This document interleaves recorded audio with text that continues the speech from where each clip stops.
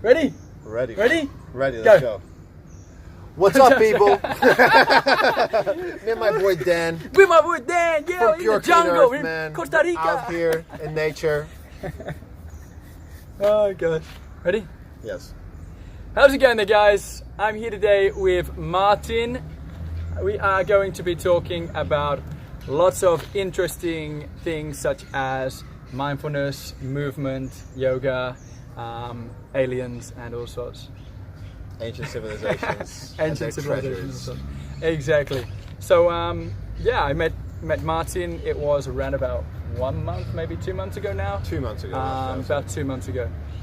We were cleaning up the beach in one of the Pure Clean Earth events on a Sunday, and you came running past, and I had a good connection with what we're doing. Yeah. I wanted to find out a bit more about what we're doing. Yeah, good and you got straight involved, started helping us clean the beach. Right. Or clean up the separation at the end of the beach cleanup. And from there you were kind of like, well, you guys are doing amazing, I want to get involved. Exactly. And from there we started to move forward. Now you're kind of big into the mindfulness events, kind of yoga events, spirituality. Yes.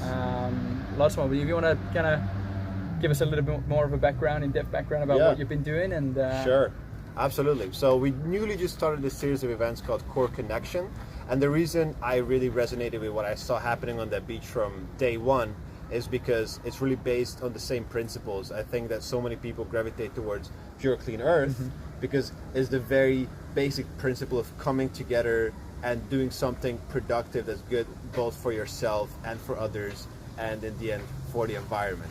I think it's very important, and it's the same principle that kind of connects people in the series of events that we're doing, like you said, related to mindfulness that is present in food, in movement, in the space, in music, in art, which are all the different elements we bring together for these events. So I kind of saw the same thing, the same values being applied, but two different walks of life. Absolutely. You know, and that's why I really liked it. I always believe that, especially here in Barcelona where we met, it's such a hub of little projects like that happening, and I really believe that change can be only made when these powers really come together, and we're not competing against each other. There's no, there's nothing as the unity and working together and pushing that same message that we're all behind, really. Yeah, absolutely, completely agree.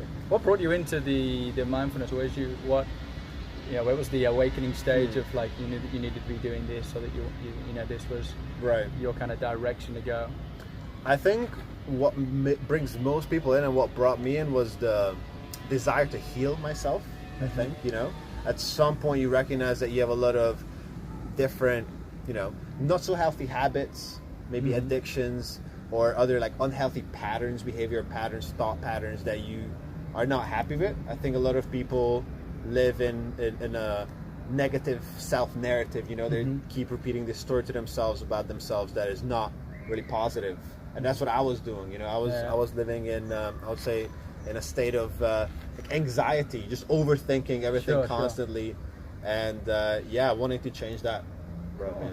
And is there like certain steps that you now know that you can take, just as a general kind of, if someone is in this stage of their life and they are, living in a kind of day-to-day life of anxiety, right? Do you feel that from what you've learned now, there are certain kind of steps that you can take in order to get yourself out of that? Oh, absolutely. Kind of freeing yourself? I think to a certain degree, everyone needs to find their own journey, find the steps that work for you, and not all maybe the same.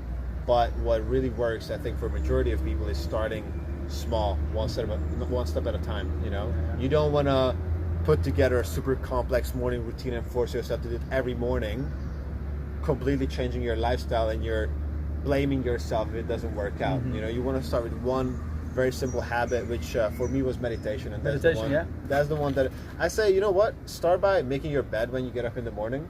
Like if you're unhappy with your life, that's what you should start with. When you get up in the morning, take a cold shower and make your bed.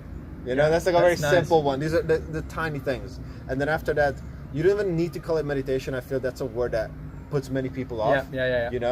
There are these words that have become very stigmatized, like vegan, meditation, spirituality. There's this whole thing built up around it. So if you want to put it like that, just sit for 10 minutes and be with yourself.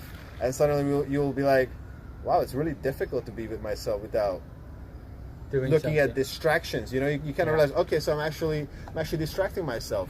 Why am I distracting myself? All these different emotions and experiences start coming up through the meditation, and then you go down the rabbit hole, and then you start asking the questions, and then you start reading the books, and then I think from then on it takes off.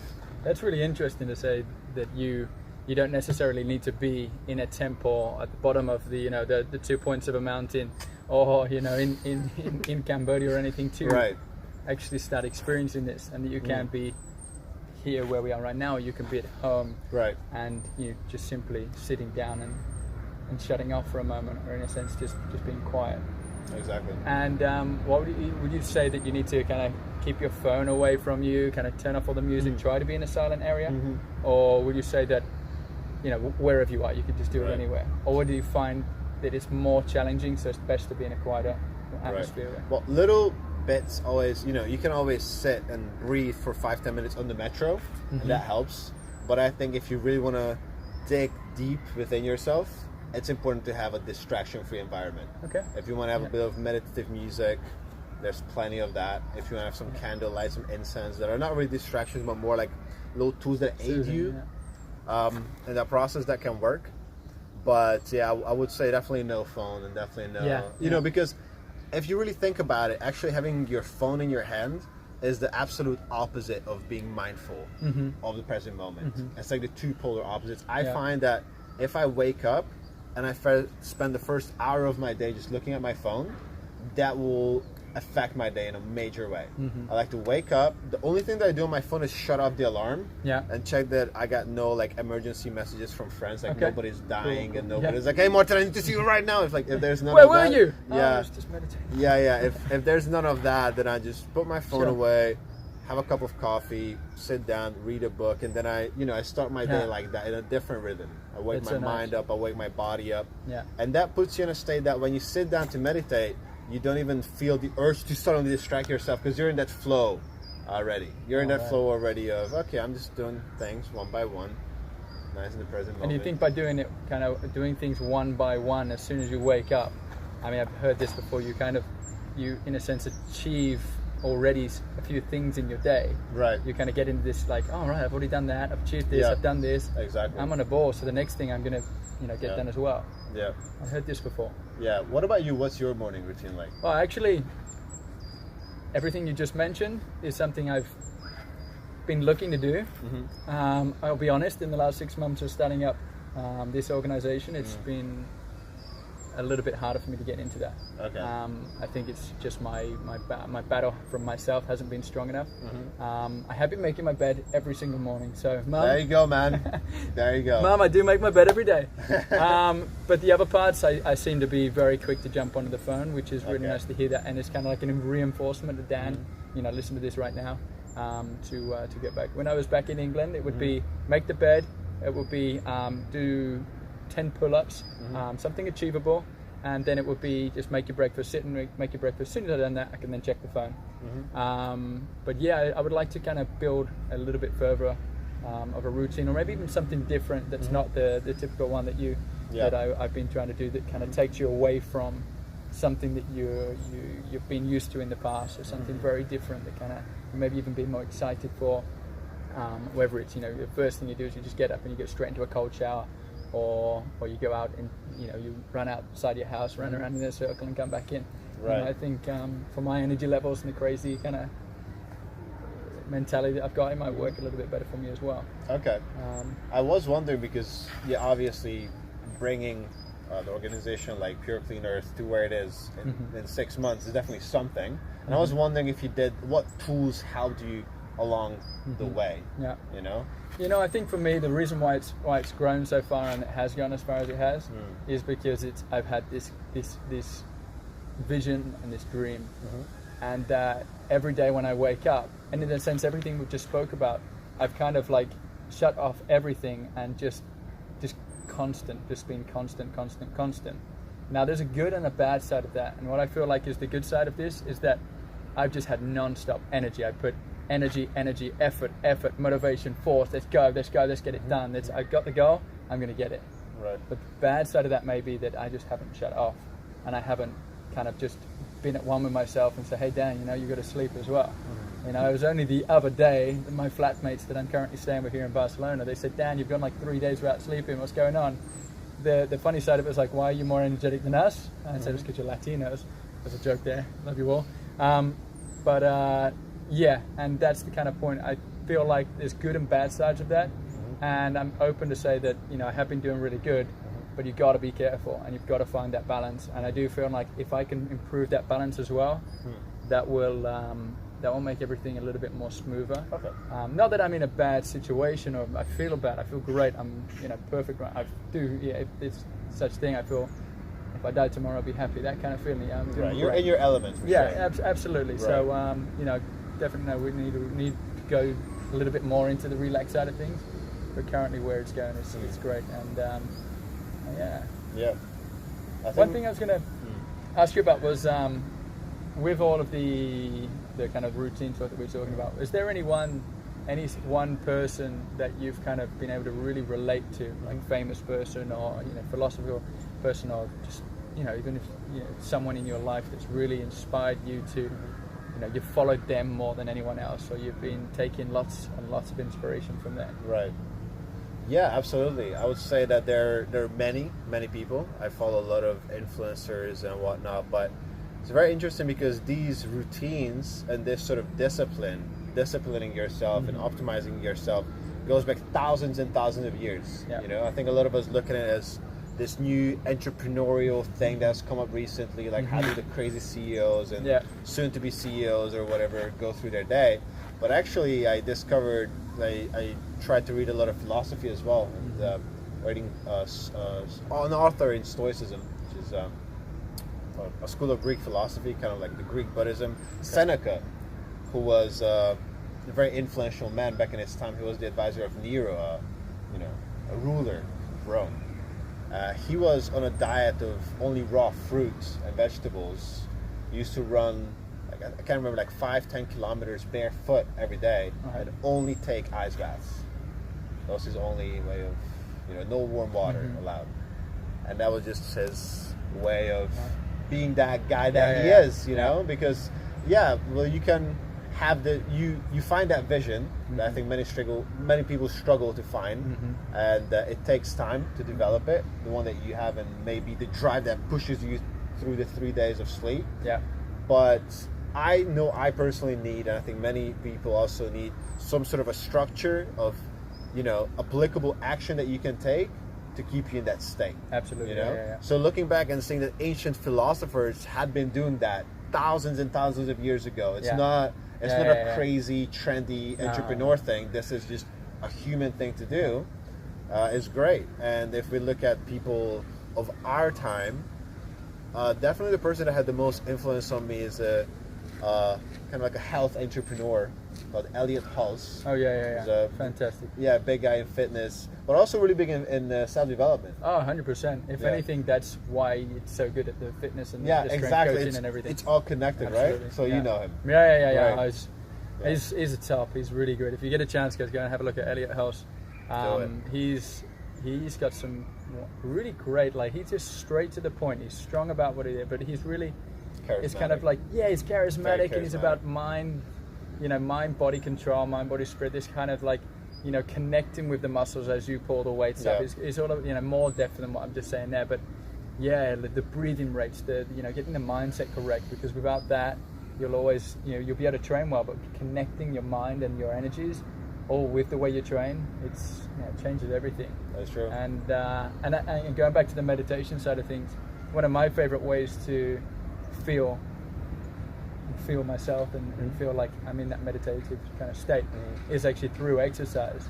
And it's not necessarily through 30 minutes of intense non-stop exercise, but actually just it could be just literally just sitting here and doing some movement and just feeling the muscle move. Yes. And breathing with that. Breathe as the muscle moves. Right. And that I can very quickly just get into that really beautiful state, and it kind of you just relax.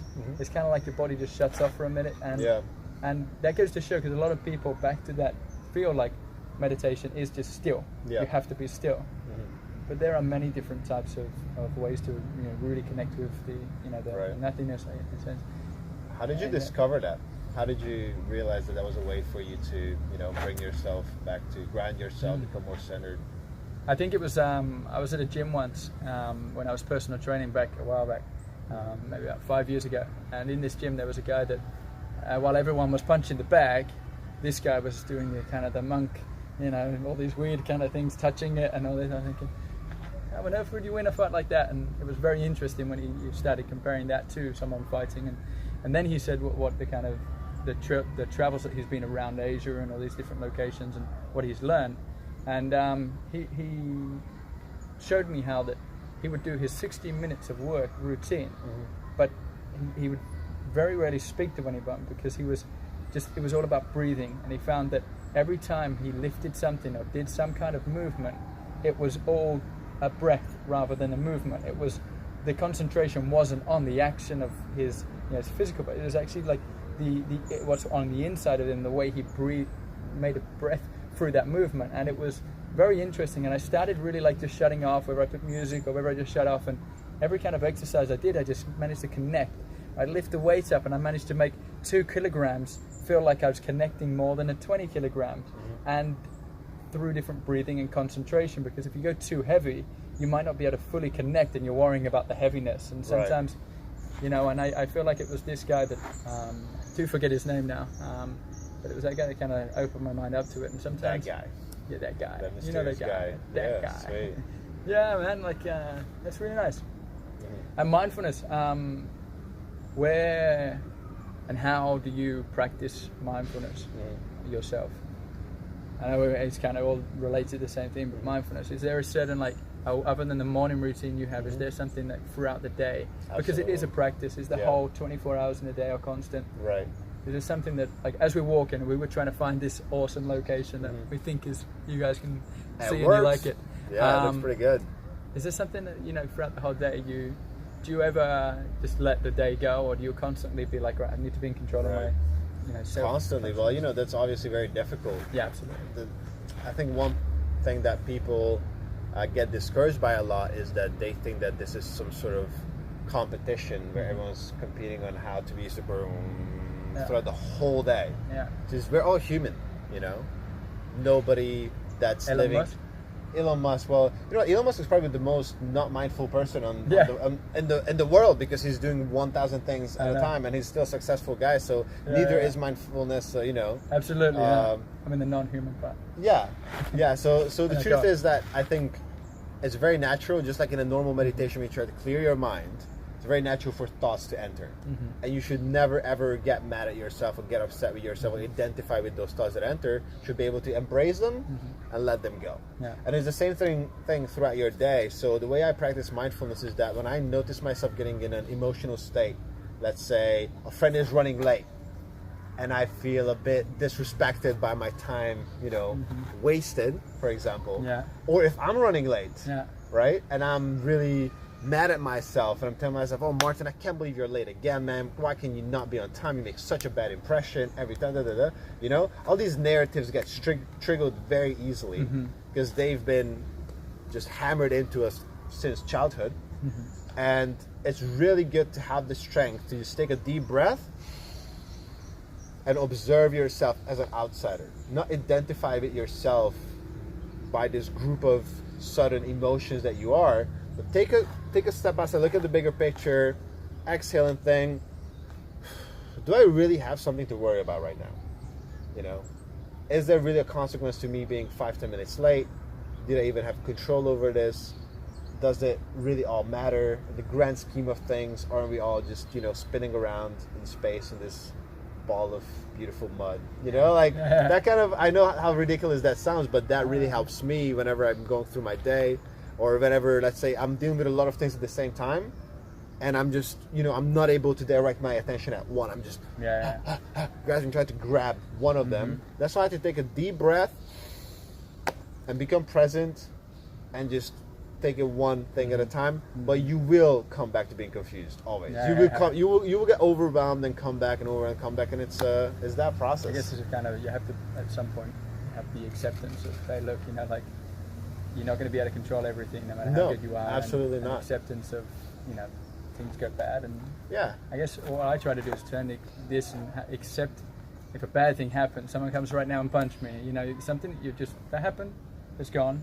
Accept it. What can you learn from this? There's always something you can learn from a situation, and if you really can't find anything that you can learn from it, then as long as you're still here at this moment, then you're great. You're still alive. Just move on. Crack on to the next thing. What are you happy for today? Yeah.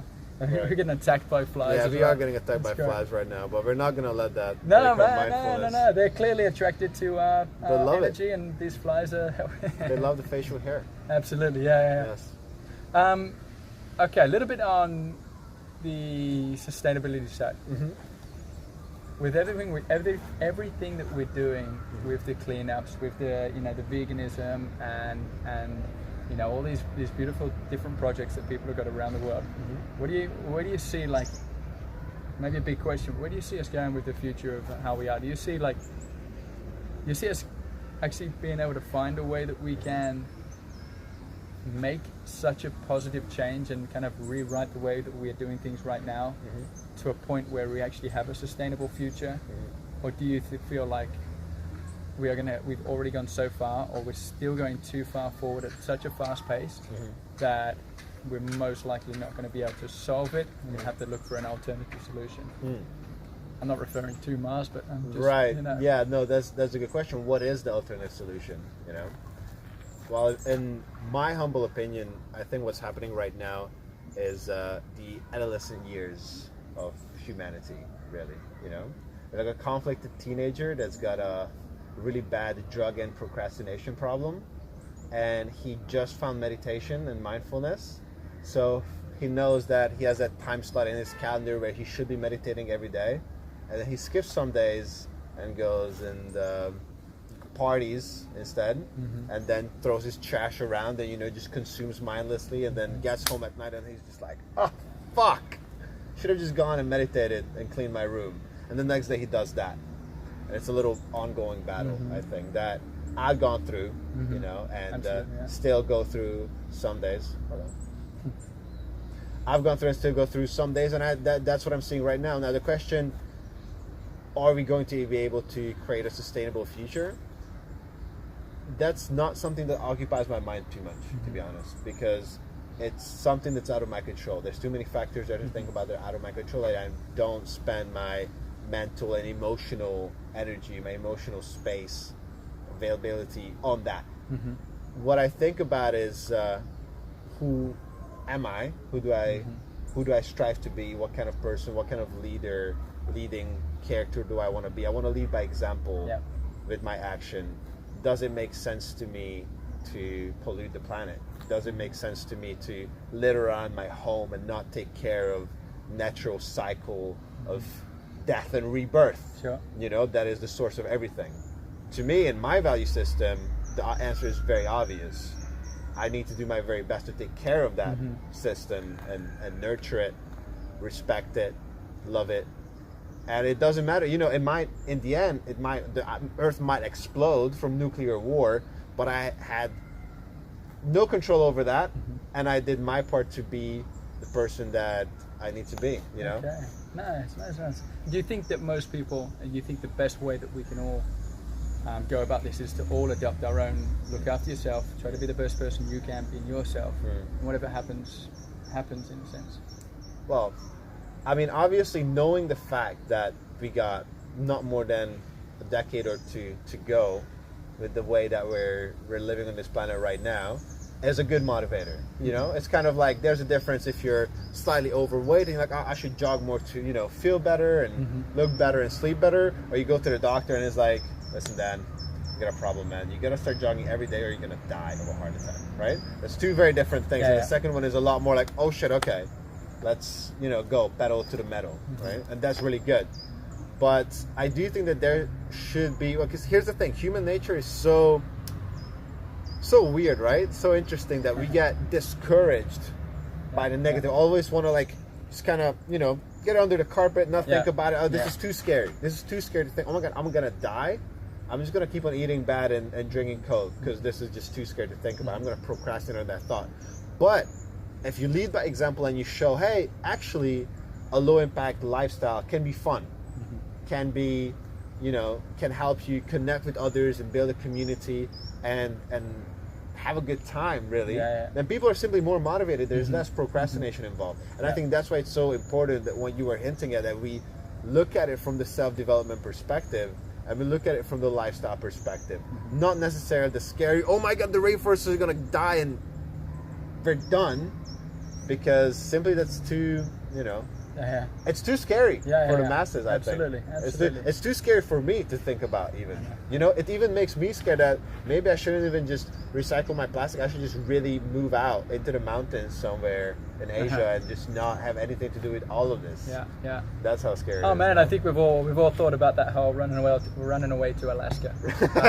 Yeah, right? What myself and some people may, I think, looking from my point of view, is that let's say 2,000 years or in a couple of, or however long it is, if we do continue the way we are and we do, we are uncontrollable, we cannot in a sense control what happens to Earth, to the planets and the cosmos that are coming down.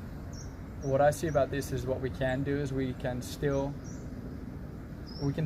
create and give opportunity to so much beauty and life in that time, whether or not it will or will not, blow up.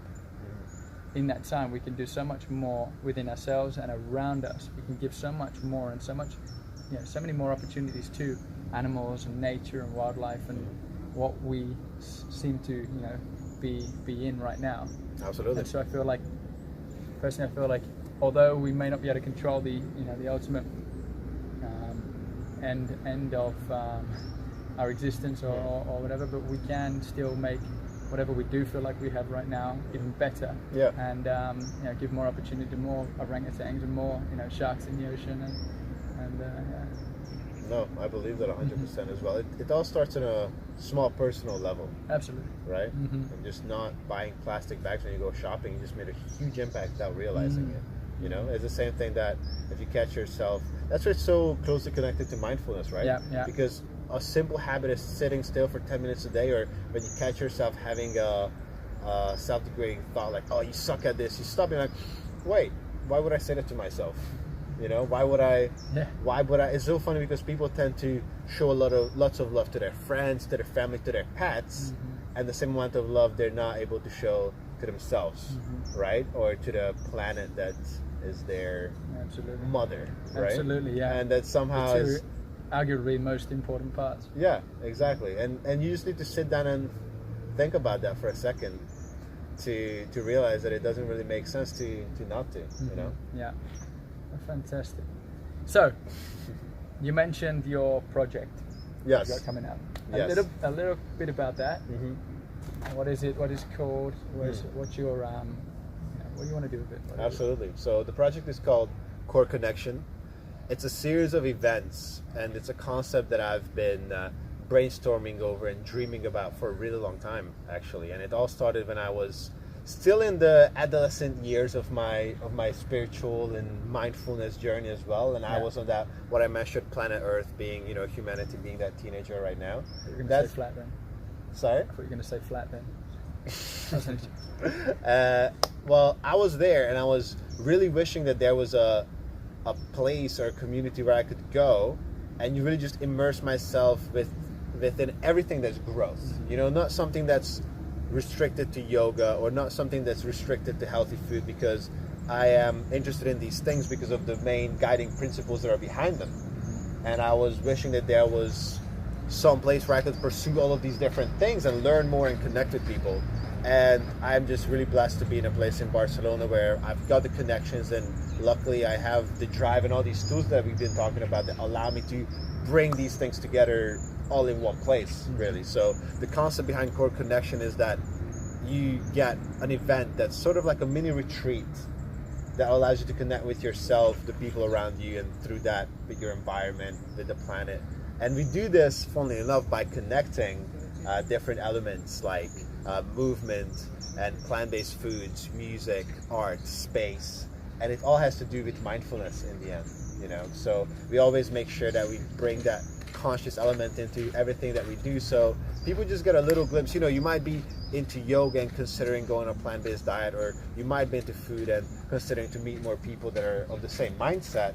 Well, where do you do that? Where you explore all these things at the same time? That's the kind of platform that we wanted to create with Core Connect. And luckily enough, our first event really well, sold out. Most people, to my knowledge, everyone left really happy. From what I heard as well, yeah, very perfect. Yes, and we got the chance to have one of you guys from Pure Clean Earth, Andrea, come to the event and speak to us, which was great. And since then, actually, really funny story.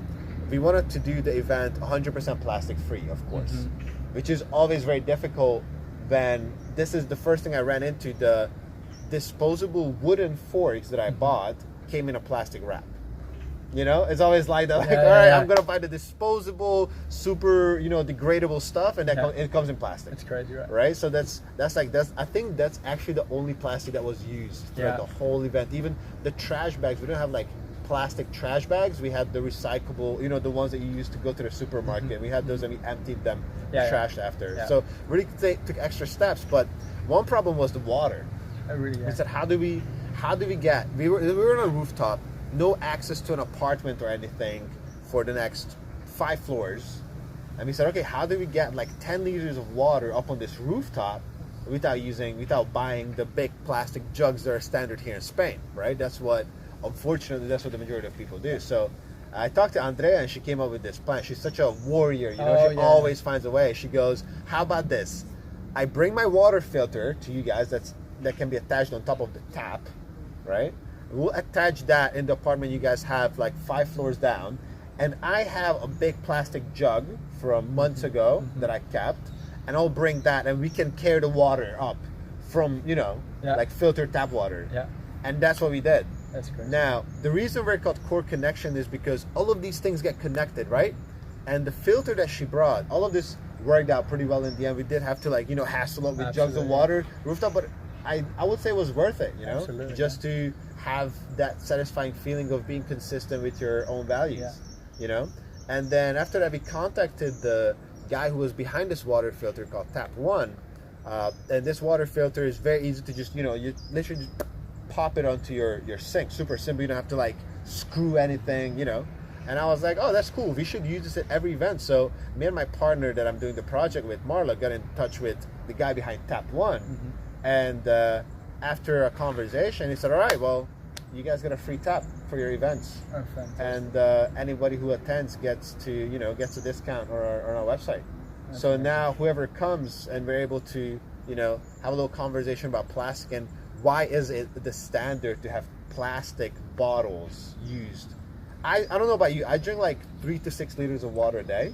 So one of those big bottles that they sell here in Spain, I finish in... Hello, that's a oh question. man, good drinking water. Do you know for any fountain?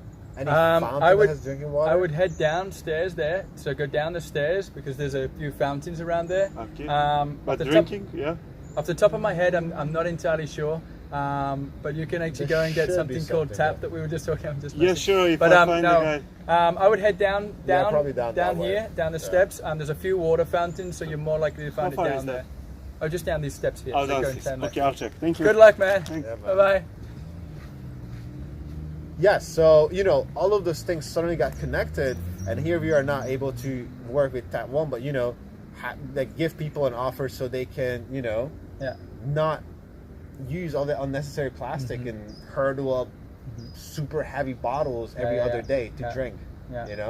And that's amazing. That's so amazing how one thing led to the next, to the next, to the next. Right. And some people say, hey, look, that's coincidence. Some people say that's just positive energy, attract positive energy, get things calm, it's karma, these kind of things. So whatever it is, whatever's real or what not real, it's just beautiful to think about that. Absolutely. It's really nice. So, got any upcoming events in mind? Oh yeah, absolutely. So all the events that we're doing right now are happening monthly, and we are in the process of just reaching out to as many people as possible that are in this conscious living sphere, you could say. What we really want to create is a community of people that are just ready to grow at any given opportunity, and that's happening right now with our next upcoming event, where we'll be doing functional movement and or breathing exercise with some meditative tunes and plant-based foods, of course. And this time we're actually planning to incorporate a bit of art therapy, you could say. Fantastic. So we're going to be doing an art exercise where we create art as a group and commemorate the experience. Oh wow! And, That a sounds piece so of painting. Yeah, so it's all very experimental, you know, to the level where everyone can relate to a yoga class and some good healthy food, right? That's something that you're very familiar with, and is not really, you know, I don't feel like it challenges the norm of what people get together to do. Yeah. I want to do things that challenge the norm, push people a little bit out of their comfort zone. Not too much. Not too much, but just enough so you can reconsider some things in your life and ask yourself some important questions, whether you should leave behind or, you know, incorporate new different elements of conscious living, leave behind some things that don't serve you as much anymore in your life. You know, I think that when I think back to the big milestones in my life, they were usually triggered by an event that was connected to a community or a group that showed me how things go by example, and that's all we're trying to do, really. Oh, fantastic! Yeah. Oh, what a beautiful thing! Yeah, man, amazing. It's great, and I'm really excited to work with you guys because obviously we're sitting here in a park and pointing people to drinking water and, you know, doing all beautiful, charitable, respectable things. But yeah, in essence, what we're aiming to do is so closely connected, you know. Oh, absolutely. Because I think that if humanity as a whole has a good relationship with itself, people are able to give themselves love and are able to live a fulfilling, balanced lifestyle, then it will not even be a question whether we're going to be polluting the planet. Absolutely. You know, because why would you if you're in that state? So we're really fighting the same fight, and I think it's a beautiful thing. Infecting positivity and sharing knowledge. You know, like sharing your learnings and knowledge. And you can absolutely guarantee that we'll be doing some awesome, fun things together. So if you are by Barcelona or other locations, we'll see where this goes. Then you can definitely join in, and we invite all of you in. Man, how can they find you? Where are you? Yes. Other than right here, right now. Right here, right now, man. You can find me walking around the Barcelona streets. Just call, just whistle, and he will appear. Yeah. Now you can find me on Instagram. It's at the Martin Mezei, Mezei, which hopefully will pop in this video like here, or maybe there or there. And that's the main platform to connect with me, and the core connection platforms will be coming soon. Amazing. Well, thanks a lot. Thanks so much for this. Thank you, man. Let's get together soon, all right? Yes, sir. Good. Ciao, guys. Perfect timing.